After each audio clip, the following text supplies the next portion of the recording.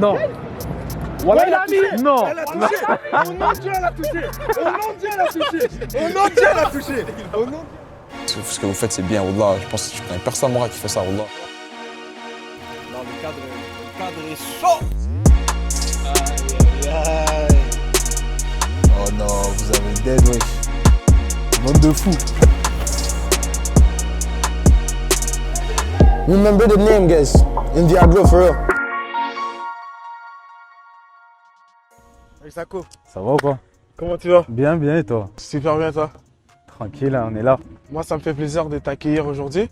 Comme tu le sais, ça m'aurait fait encore plus plaisir d'aller faire cette interview-là en France, dans ton quartier. Mais là, tu es en saison, donc on va se contenter d'être au centre-ville de Montréal. Là, c'est pas mal un endroit que tu connais. Ouais, je viens souvent, je venais ici souvent lors de période Covid, tu vois, pour s'entraîner et tout. Puis après, des fois, je viens ici pour me détendre, shopping, voir des amis, tout ça. Mais c'est magnifique, franchement, le quartier, il est bien. Donc, c'est pas un endroit inconnu, tu vois. Non, jamais, jamais. Pas du tout. Maintenant, ça y est, ça fait 4 ans que je suis ici, je connais assez bien la ville. J'ai mes souvenirs d'enfance qui reviennent, donc tout va bien. Donc là, on peut même dire que maintenant, tu es rendu un vrai Québécois. Ah, je pense pas encore. Hein. Pas encore? J'ai pas pris l'accent, j'ai toujours mon accent de France. Mais je commence à avoir des petits mots. Il y a des sources à moi qui me disent que tu commences à apprendre les termes.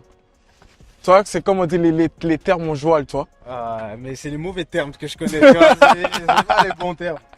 Mais non, ça va, ça va. Ça va? Bon, Zako, l'affaire que je vais dire, ton amour pour le ballon rond, c'est comment que ça a commencé? Par compétition, je crois que c'était un match de l'Allemagne dans les années 2000. Ouais. Je crois que c'était l'Euro. Je me rappelle, j'avais acheté des pitchs, tu vois, les jeux de cartes qu'il y avait, tu vois. Ouais. Et c'est là, je regardais à la maison, pendant que je faisais le rugby, j'étais encore à l'école, je voyais ça. Puis j'ai dit... Là, tu faisais du rugby et du foot. Non, j'ai commencé le rugby. Ouais. En même temps, vas-y, je jouais toujours au foot dans la cour d'école, tu vois. Ouais. Donc j'étais bon aussi, mais comme j'avais pas de club, tu vois. Donc j'ai dit, vas-y, ma mère m'a inscrit à un centre aéré quand j'étais petit. En même temps, je faisais le rugby. Ouais. Mais le centre aéré, il y avait un animateur qui entraînait une équipe de jeunes dans la ville où j'étais, à Lagneux, tu vois. Ouais. Et bah ça s'est fait comme ça. J'ai dit, vas-y, je vais essayer avec toi. Je me suis inscrit. Ils pensaient que j'étais plus vieux parce que j'étais plus costaud grâce au rugby. Ouais. Et au final, bah, j'ai continué. Je suis arrivé là-bas. Je me suis inscrit. On me dit non, tu peux pas. T'es trop jeune pour monter et tout. Donc j'ai été avec ma catégorie d'âge. Je suis arrivé. J'ai fait 4 ans là-bas. 2 grosses saisons. On gagnait tout. On avait une équipe de malades. On était finale. On gagnait sur 15 tournois, je crois. Il y a une année, on en a gagné 12, je crois. Quand même. J'ai été plein de fois meilleur joueur, tout ça, on avait une équipe de feu. Mais pourquoi tu as quitté le rugby comme ça? J'ai dit, je sais pas, je voulais essayer. Ma mère, j'ai commencé par faire du cirque. Après, j'ai fait, ouais, moi j'étais sportif. En même temps, j'avais mes potes de judo, donc je voulais hésiter faire du judo aussi. Toi, t'as goûté... Vraiment, j'ai goûté pas mal de sports, tu vois. Donc j'ai vraiment aimé ça. J'essayais des fois par des activités et tout. Donc j'aurais pu faire danseur aussi, j'aimais bien la capoeira aussi, tu vois. Donc non, j'ai essayé le foot, puis ça m'a bien réussi. Là, tu me parles de capoeira, là, tu me donnes le goût d'aller mettre le truc là, et d'aller danser. Mais j'ai plus les bases comme à l'époque là, mais comme franchement c'était lourd. T'étais lourd? Ça Ça reste à vérifier par après. Parce que même moi, là, moi, j'aime danser et tout, toi. Ça dépend, faut qu'il y ait des petites, sinon je danse pas, Je reste sage, je reste comme ça dans mon coin et je regarde. Mon père est à Sutton, il a toujours vécu là-bas. Mes parents ils sont séparés quand j'étais jeune. Donc séparation, mon père est revenu ici, nous on habitait encore en France. Donc là j'ai mes 2 parents, donc je les vois quand je peux. Ma mère elle est sur Montréal, elle a repris mon ancien appart, tu vois, donc je l'aide un peu. Donc on se voit, elle bosse fort, dès qu'elle vient tous les matchs, dès qu'elle peut. Puis voilà. Hein. Donc toi, tes parents ont été toujours là dans ta vie? Ouais, bah, j'ai beaucoup grandi avec ma mère. Ouais. Donc ma mère elle a joué un peu le rôle des 2 casquettes, daron et maman, tu vois. Ouais. Donc pour moi j'ai plus grandi avec ma mère, tu vois. Donc niveau sportif, ils t'ont toujours poussé ensemble? Ouais, ma mère m'a toujours poussé. Mon père, on n'avait pas une grosse relation. Là, on se refait de plus en plus. Mais comme ma mère m'a toujours poussé, elle m'a dit, je te pousserai quoi qu'il arrive, que ce soit aux études ou au foot. Fais ce que t'aimes, donne-toi les moyens de réussir dans ta vie et de pas avoir de regrets, tu vois. Niveau études, niveau classe, c'était quel genre d'élève? Moi, j'étais un peu un clown, Ouais. mais j'allais jamais trop loin, tu vois. Ok, parce que là, je vois que tu as touché à tous les sports. Moi, dans ma tête, je me suis dit, il était sûrement un petit peu agité, toi. J'étais agité, je faisais des trois bêtises comme ça, Ouais. mais c'était rare que j'aille les limites, tout ça, avoir conseil de classe, tout ça. J'ai visité toujours quelques avertissements, sinon je me faisais jamais choper, tu vois. Petit vicelard comme ça entre les mains. Je trichais beaucoup des fois. J'ai même triché au bac pour te dire. Ah, ça a fonctionné, je l'ai eu, donc c'est bon, tu vois. Tu vois, les réponses en douce, c'est quoi, des bonnes techniques, tout ça. Du bureau, là. C'était ça. Il y avait une matière, j'ai galéré de ouf. Au final, je suis allé rattrapage pour cette matière-là. Ouais. Parce que, en fait, j'ai foiré mon bac. Je suis allé au rattrapage parce que toutes mes grosses matières, j'ai foiré. Genre, j'avais carton. Parce que moi, je m'attendais à ce que, vas-y, calcul et tout. Aucun calcul, que des affaires de situation. J'avais le seum et tout. Et puis, en plus, notre prof, il nous dit, je pense pas que ça va tomber sur les derniers chapitres de l'année. Donc, j'ai les ai délaissés, tu vois. Boum, ça tombe dessus. Paf. Ouais. J'avais tout appris par cœur le reste, mais ça, j'avais pas prêté attention. Bon, rattrapage, j'avais quoi? J'avais 20 points à rattraper, tu vois. Je savais que j'allais l'avoir parce que ce qui est bien, c'est quand tu tapes des cartons dans tes grosses matières avec de gros coefficients. Donc, j'ai refait mon management, j'ai fait mon marketing. Donc, j'ai eu quoi? 15 et 16 à l'oral. Et après, je l'ai eu. Donc, j'étais serein, mais je savais. Je suis rentré chez ma mère, je dis, j'ai foiré les deux grosses matières, maman. Je sens que c'est rattrapage qui m'attend. Elle m'a dit, bah, vas-y, hein. Donc, voilà, on a fait rattrapage. Et puis après, Après, j'ai essayé une année en faculté D. J'ai essayé sport-études pour être kiné, tout ça. Mais avec le foot, c'était compliqué. Ok, ouais. Donc, j'ai fait un semestre. J'ai presque tout validé, sauf les histoires de sciences parce que j'y étais jamais. Mais tout le reste, j'avais validé. Et le deuxième semestre, je suis passé avec l'équipe 2 de l'OL, la réserve. Donc, j'ai pas pu beaucoup y aller et puis j'ai arrêté après. T'as arrêté après? Mm. Bon, là, on se trouve sur un magnifique terrain, au Ouais. parc Interfort. Ouais. Je t'invite qu'on aille s'asseoir au milieu Vas-y, et y à a pas de parler un petit souci. peu plus de ta carrière. Ouais, pas de souci, on Pas fait de ça. souci On fait ça. Let's go. On fait ça. Voilà, j'ai levé le défi à mon gars Zako. Hein? Il faut qu'il tape la barre horizontale. Il a 3 chances. On sait que lui, c'est un Lyonnais. Lyon, Marseille, vous connaissez? Si il tape pas la barre avec les 3 chances qu'il a, et avec des claquettes, c'est ça son excuse. Il va mettre le chandail. Il va prendre une story même avec. On a serré la main tout à l'heure. Je vais faire ça. J'ai même allé là-bas là, pour prendre le ballon. Gros, tu vas même pas aller besoin. Une, pas plus. Tu dois en mettre juste une, hein? Une sur 3, ça va agir. Mais jamais frapper avec ça.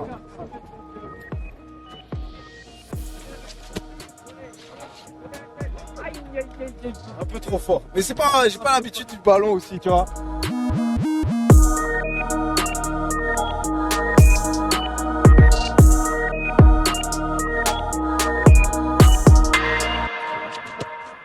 Non. Aïe, aïe, aïe, aïe, aïe.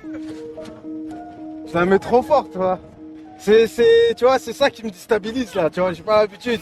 Il s'agit de doser. Tu vas même pas aller besoin. Une, pas plus.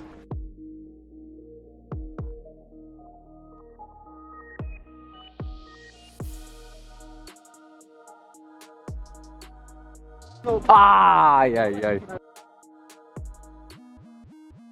Je peux te laisser un dernier. Le dernier, c'est celui-là. Tu vas quand même porter, tu vas quand même porter le maillot, mais tu prends pas la story. C'est bon. C'est bon? Je suis gentil, je suis clément. Non. Voilà, non. Elle a touché. Au nom de Dieu, elle a touché. Au nom de Dieu, elle a touché. Au nom de Dieu, elle a touché. Au nom de Dieu, elle a touché. Merci, je vais pas la story, mais je vais mettre le maillot. Elle n'a pas touché, les gars. Au nom de Dieu, je l'ai mis. Elle est là, là-bas.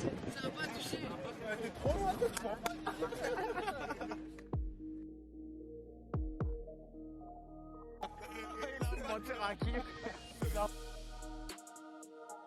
Zach, là on est sur le terrain. On va un petit peu plus parler de ta carrière. C'est où que tu as commencé? J'ai commencé dans un petit club à Lagneux, club où j'ai grandi pendant toute ma jeunesse, on va dire. Après, de Lagneux, j'ai joué à l'OL, mais il y avait les règles de FIFA parce que j'étais trop loin. Il y a une règle de 50 km pour pas que les enfants des 12 ans, en dessous de 13 ans, ils partent de partout dans le monde et tout. Si tu n'habites pas à 50 km, tu peux pas être dans un club professionnel, tu vois. Donc, la semaine, je m'entraînais avec l'OL et le week-end, je m'entraînais avec un Sud Foot, un bon club de ma région. Donc, j'ai fait une saison là-bas, bien passé aussi. Fait que tu faisais les deux. Ouais, en plus, j'habitais toujours à Lagneux. Donc, le matin, je me levais à 6h50 pour partir mes parents me déposaient à la gare. C'était 15-20 minutes de chez nous. Je prenais le train, j'arrivais à 7h10 à Lyon. Je mettais facile tous les jours 1h45 de transport, aller-retour. Après les entraînements, je rentrais chez moi à 19h. Vite fait les devoirs, tout ça à goûter. Après ça, je mange de dos et puis bis repetita. Et puis après, ma mère elle a décidé de déménager. Elle voulait travailler sur Lyon, tout ça. Donc on a déménagé. On s'est installé à Lyon à côté du lycée en plus. Alors que j'étais toujours à l'école, au collège, tout ça. Et vas-y, après, j'ai suivi les étapes à l'OL et maintenant je suis à Montréal depuis. C'était comment la première semaine? Toi, t'es petit, première semaine, tu fais le voyagement à chaque jour. C'était dur, franchement, c'était pas facile parce que t'es livré à toi-même, t'es jeune, tout peut se passer. Mais en général, il n'y avait pas que moi qui prenais le train, il y avait d'autres aussi. On rentrait tous en métro, ceux qui habitaient sur Lyon à l'époque. Donc, on était tous un peu grands, tu vois. Tu te fais vite, puis j'ai jamais eu de problème. Une fois, j'ai eu un problème avec la police. La seule fois où j'ai eu un problème, c'est avec la police. J'avais rasé Coco, j'avais mis ma capuche, tout ça. Frère, ils m'ont dit, hey, comment ça se fait, tout ça. T'es dans une gare, t'as 13 ans, tout ça. Ils m'ont insulté, ils m'ont dit, ta mère, elle a pas honte de toi, nanana. Ma mère, elle est venue de chez moi, elle est venue en voiture, elle est allée voir les flics, elle a fait une scène, le flic il s'est excusé devant elle et tout. Ah, ma mère, non, faut pas l'énerver, tu parles pas d'elle et de son fils. Tu vois. C'est là, c'est quand que tu as signé à Lyon? En jeune, j'ai signé officiellement en U14. U14, ouais. Et c'était comment ta famille a appris ça? Comment toi tu l'as pris? Bah après, moi, ils me voulaient depuis des années l'OL. J'avais plusieurs clubs. J'avais Saint-Étienne, Auxerre, Sochaux qui étaient sur moi. J'avais des gros clubs de la région, mais l'OL, c'était le club phare de l'époque, tu vois. Ça reste toujours un gros club phare, c'est le meilleur centre de formation. Après, moi, ils me voulaient dès que j'ai 11 ans, mais avec les règles, tout ça, donc ça s'est pas fait. Donc j'ai fait une année déjà que j'étais sous l'OL, mais je pouvais pas être là les week-ends, mais j'étais là, tout ce qui est tournoi et tout. Et je faisais partie de l'équipe, tu vois, j'étais là tous les entraînements et tout. Mais après, j'ai fait toutes mes classes. Premier contrat, je l'ai eu plus tard. Puis après, j'ai pu signer pro à mes 18 ans. Donc, c'était comment un centre de formation là? Lourd, franchement lourd, tu vois. Après, moi, j'ai pas goûté la vie de centre que c'était, tu vois, être enfermé avec les gars, faire toutes les bêtises, faire toutes les anecdotes qu'il y a. Après, moi, je rentrais chez moi. Après chaque entraînement, donc je profitais, tu vois, d'avoir ma famille à mes côtés, d'avoir ce concours-là, d'être un peu seul dans ma bulle avec ma famille. Parce que tout le temps en compétition, ok, c'est un sport collectif, mais tu es tout le temps en compétition avec tes frères, tu vois. Donc c'est pas aussi simple. Et puis voilà. Hein. Est-ce que des fois tu avais réellement des manquements? Genre tu disais, putain, aujourd'hui c'est dur. Il y a des jours, c'est dur, hein, franchement. Pour moi, je trouve une des périodes les plus dures, c'est quand, à partir de U16, U17, tu vois, tes potes ils partent, tu vois qu'il y a de l'argent qui arrive en jeu, que certaines personnes calculent différemment, tu as les premiers agents. Franchement, le foot, c'est la jungle, gros. C'est vraiment la jungle, c'est un monde de requins. L'argent, tu comprends pas qu'il y en a qui jouent alors qu'ils sont éclatés à ta position ou quoi. Tu te dis, mais qu'est-ce qu'il a fait? Parce que lui, il n'en a ni connaissance. Et des fois, tu te dis, mais comment il y a des joueurs, ils arrivent pro alors qu'il y en a, Quand c'est des bosseurs, je reconnais c'est des bosseurs, mais il y en a pour moi, il y en a, ils ne méritent pas. Tu vois, quand il y en a certains, ils ont eu de la chance, tu vois, il y a une part de chance. C'est le foot, c'est comme dans tous les métiers. Il y en a, tu te dis que pourquoi ils sont arrivés là alors que tu les vois, ils sont éclatés ou quoi. C'est comme ça. Après, chacun fait avec... C'est comme ça, c'est voilà, c'est Dieu qui fait les choses et je suis pas en rancunier ou quoi, en rancœur, mais moi, tant mieux que tu signes, tant mieux que tu es heureux. Pour moi, il y en a, ils mériteraient même mieux de jouer que d'autres, mais après, ça, c'est le destin, tu vois, on peut pas changer les choses.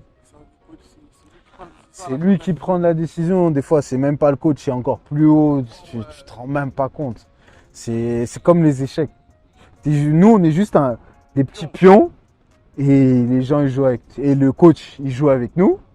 Et par-dessus ça, il y a une autre sphère et encore ça. Laisse tomber. Je pensais pas que c'était comme ça. À ce point-là.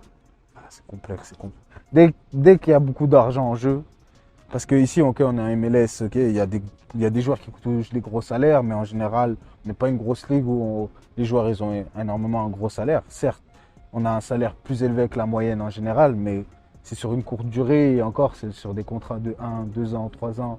Donc, il n'y a jamais de sûreté à cela, tu vois.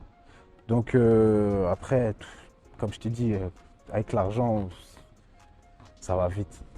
Mais toi, à Lyon, dis-moi, t'étais proche de quel joueur? Bah, j'étais proche un peu des anciens comme de ma génération ou des plus jeunes. Je pense qu'en professionnel connu, tu peux connaître vraiment Oussem Aouar. Ça m'a voir, c'était comment avec lui? Vraiment très proche, il venait manger à la maison, au lycée. Parce que moi, j'habitais vraiment à côté. J'habitais à quoi?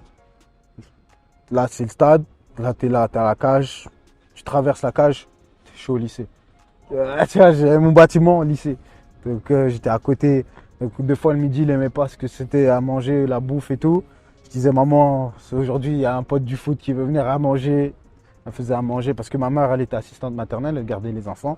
Et elle faisait toujours à manger bien pour les enfants, tu vois. Toujours équilibré, des légumes, nanani, elle faisait attention pour moi. Des fois, je mangeais aussi dehors, kebab, tu connais, un petit grec, tout ça, qui est faux de temps en temps, tu vois. Mais ma mère, elle nous chouchoutait. Il chutait de ouf. Ouais, elle faisait attention parce que comme lui, il est musulman, pour la viande qui était par l'aile, donc elle préparait un saumon, tu vois, elle faisait vraiment attention à tout. Ah, ma mère, non, elle respecte tout, elle respecte tout. Ah non, moi, vraiment, non, c'est vraiment gentil de sa part. Parce qu'il y en a d'autres qui auraient dit, il mangera qu'est-ce qu'il y a, toi? Non, ma mère faisait attention, elle se cassait la tête et tout. Elle disait, là, il y a ça, je vais m'adapter pour lui, ce que je peux faire. Et s'il aime, il aime. S'il aime pas, bah, je vais essayer de faire autrement, tu vois. Au final, ils adoraient manger tout. Donc, est-ce que tu parles encore avec Oussem? Ouais, on se parle toujours sur les réseaux. Dès que je rentre à Lyon, on essaie de se voir. Dès qu'il est en vacances ou quoi, on essaie de se capter, tout ça. Donc non, on a toujours, moi j'allais chez lui aussi voir sa famille, ma mère on connaît super bien sa mère, ses sœurs, ses grands frères je connais. Donc tu vois, après chacun fait sa vie, tu vois, mais on se suit toujours, on se soutient toujours, on se donne toujours la force, tu vois. Non, ça c'est bien de ouf, mais c'est ça qu'il faut en fait. Ouais, c'est ça. Après j'ai eu un de mes meilleurs amis qui est décédé l'année dernière, qui repose en paix. Après, toute ma génération, on reste toujours avec les réseaux, toujours soudés. Dès qu'on apprend un truc, une bonne nouvelle, on se partage, on se donne la force, on appelle, on prend des nouvelles de nos familles. Là, j'ai un gars qui est Loïc Jean-Baptiste. Lui, c'était, tu vois, nous, on était en collège, on passait notre brevet, il passait son bac, le type, tu vois. Ah, il avait 3 ans ou 4 ans d'avance. Et on est toujours en contact. Là, il est aux États-Unis. C'est un footeux? Ça foutait aussi. Moi, je le connais comme on arrivait, tout ça. Après, ils l'ont pas gardé, tu vois.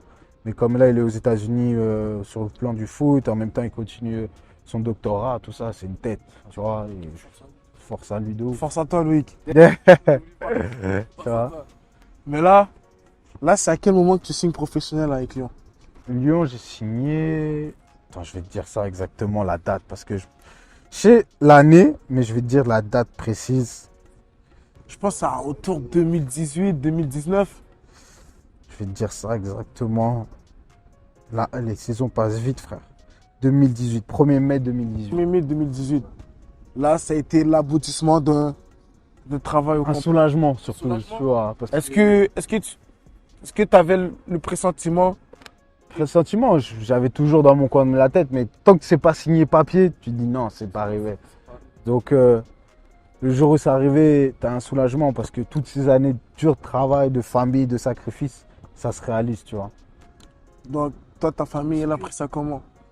Moi, elle était super content. Ma mère, elle était limite les larmes aux yeux, tout ça, parce que je dois une grosse partie à ma mère, tu vois, pour tous les sacrifices qu'elle a fait. Elle venait me voir au stade, les déplacements, elle me faisait à manger, etc. Prenait soin de moi, les maillots, elle lavait tous les jours et tout. Parce qu'il y en a, gros, la vie de centre, c'est dur, hein. Des fois, ils lavaient pas tous les jours leurs affaires. Moi, je rentrais, tous les jours, elle lavait. Tous les jours, c'était propre pour le lendemain, bien plié, tout ça dans le sac. Prenez soin de moi, madame. Franchement, grâce à elle, je lui dois beaucoup. Et puis voilà, hein. Donc, on va dire que c'est aussi pour elle qui t'a fait ça. Ouais, aussi.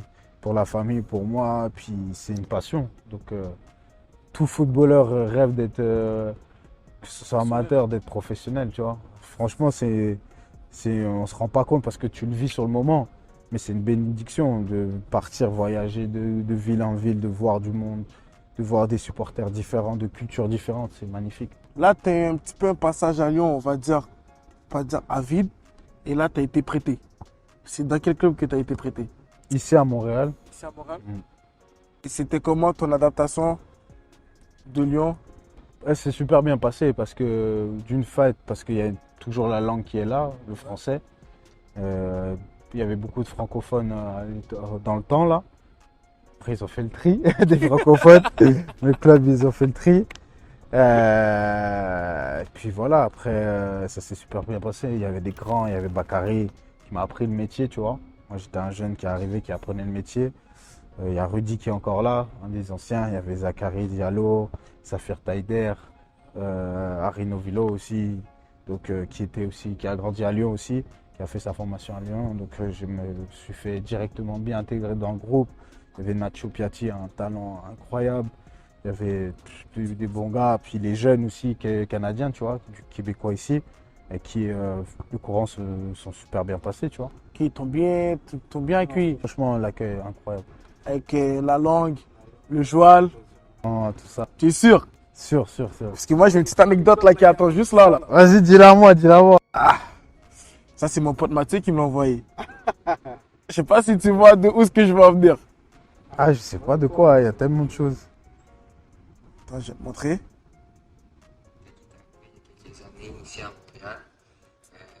Tu peux la prendre. Puis on parlait avec des expressions québécoises, puis il nous disait « Ah, c'est pas français, qu'est-ce que vous dites? » Puis il comprenait rien. Puis là, c'est rendu après, ça fait longtemps qu'il est à Montréal, mais maintenant, c'est lui qui arrive au centre d'entraînement, puis qui nous sort des expressions québécoises, où il dit certains mots québécois, puis ça nous fait rire, parce qu'on sait qu'il vient de France, puis avec son accent, c'est drôle. C'est vrai qu'au début, quand tu parles à un pur Québécois comme lui, là, il a fort son accent, tu vois. Je comprenais pas. Il y a des fois, leurs termes, j'ai du mal. Mais maintenant, je suis habitué. Puis maintenant, ma blonde d'ici, ma copine, tu vois. Même ça, ma blonde, hein, je l'ai, tu vois. Et elle est québécoise, tu vois. Elle a grandi au Québec, tout ça. Donc des fois, je reprends ses expressions quand elle s'énerve. Je sais pas te dire, parce que tu vois, les crises, les tabarnak, tout ça, là. Les astis, tu me casses, tu vois, les trucs comme ça. Bah voilà, tu vois, des fois ça sort, je rigole quand on s'énerve un peu. Elle prend ça comment vas-y. Non, elle le prend bien, même, tu vois, on se titille, tu vois, c'est amical, c'est rien, c'est que du second degré, on sait, mais voilà, tu vois. Est-ce que genre des fois, même elle aussi, elle reprend tes gimmicks en français? Elle reprend des fois des gimmicks, je lui dis, hé, tu deviens comme moi là, et moi je deviens comme toi, elle me dit, tu vois. On en rigole, tu vois. Mais moi, ce qui me fait rire, c'est quand on s'embrouille, parce qu'elle est plus anglophone que francophone. Et des fois, elle, tu vois, elle est énervée, tout ça. Elle commence à me parler en anglais, et des fois, je comprends pas. Tu vois, elle parle trop vite. Et des fois, what do you mean? What do you mean? Vas-y, qu'est-ce que tu veux à quoi? Si tu veux jouer à quoi? Mais on s'entend bien. Je me débrouille, tu vois, je me débrouille bien. Après, les gars au foot, ils sont méchants parce que la moindre erreur, ils rigolent. Les gars sont méchants. Tu peux demander à Mathieu, tu peux demander à Zoran, dès que je fais une faute, hein, ou une confusion de son, ou un mauvais accord, ils rigolent. Donc, tu vois, avec eux, je monte jamais mon anglais. Mais avant que je sois en couple et tout, dès qu'il y avait une petite, là, j'allais, tu vois, là, je suis obligé de parler. C'est pour ça. Mais sinon, quand c'est sérieux et tout, même les coachs et tout, en sélection et tout, quand on est en individuel, là, je parle bien et tout. Il me dit ça, ah, franchement, je pensais pas que tu parlais comme ça et tout. Mais je le montre pas. Mais quand c'est sérieux, là, il y a une nouvelle facette qui est de moi qui vient, tu vois. Je kiffe. Bon, là, pour revenir au CF de Montréal, là, tu avais été prêté. Et là, direct après ta saison que tu été prêté, ils t'ont direct acheté. Ouais, c'est ça. Je suis rentré à l'OL. J'ai fait un peu mes vacances. J'ai fait mes vacances. Je les ai rejoints en cours de pré-saison le temps que ça se fasse, les papiers, etc. À Lyon, j'étais retour à Lyon. J'étais avec l'équipe réserve. Ils ne comptaient pas me garder. Moi, je voulais partir, quoi qu'il arrive.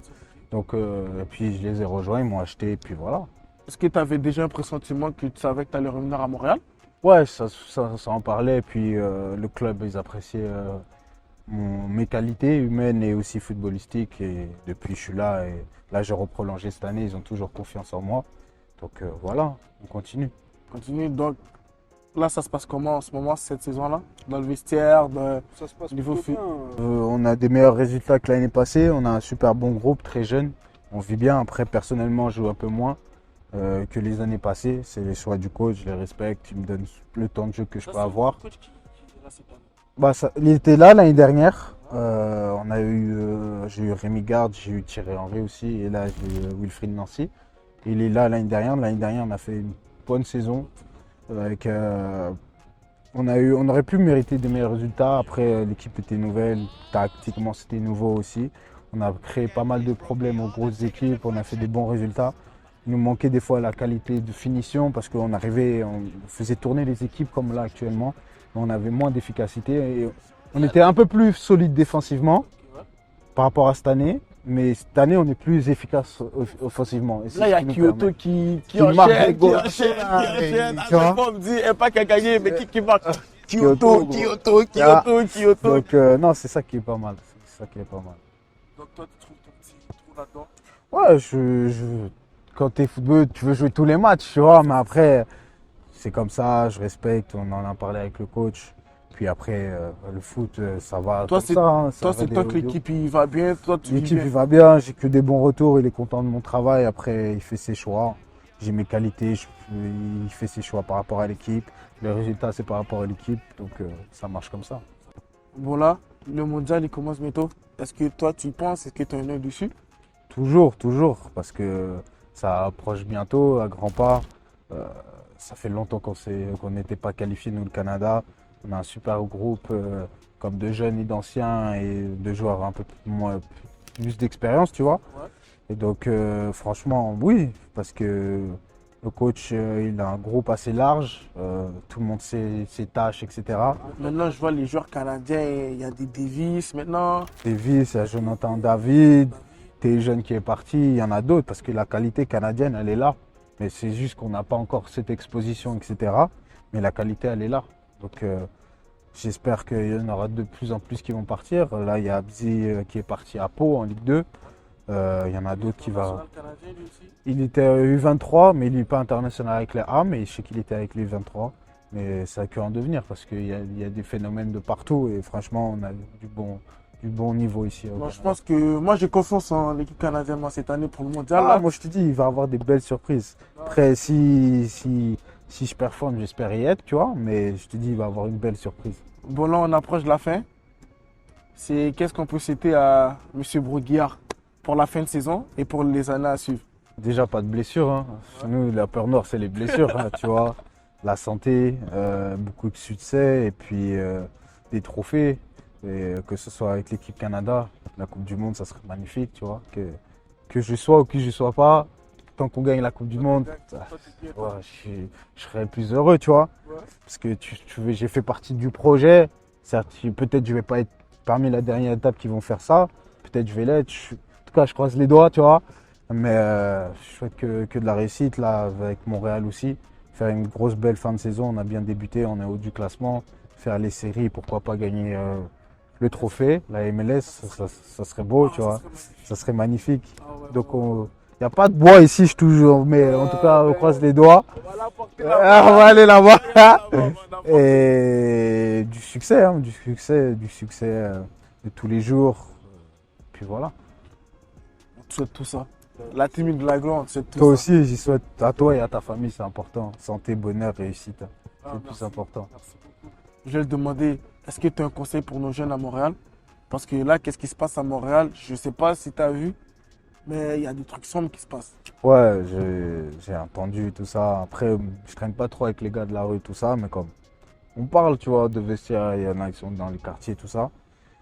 C'est triste, malheureusement, d'en venir à ce point-là de violence,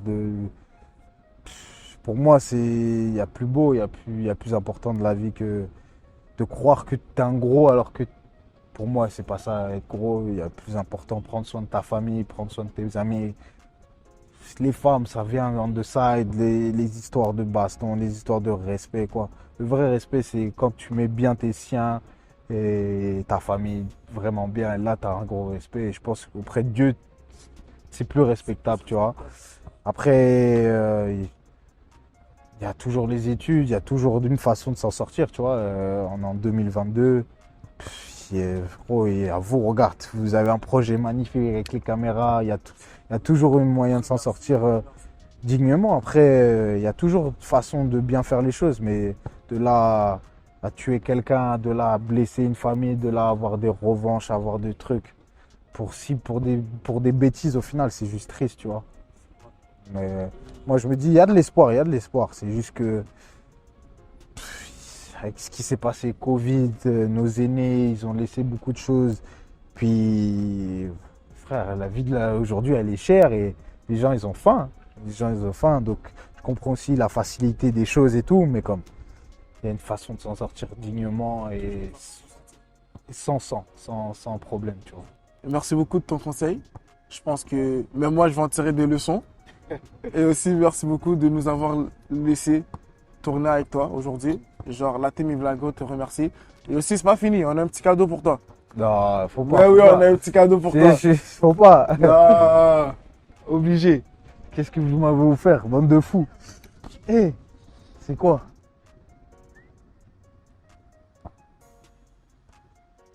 Qu'est-ce que c'est que ça?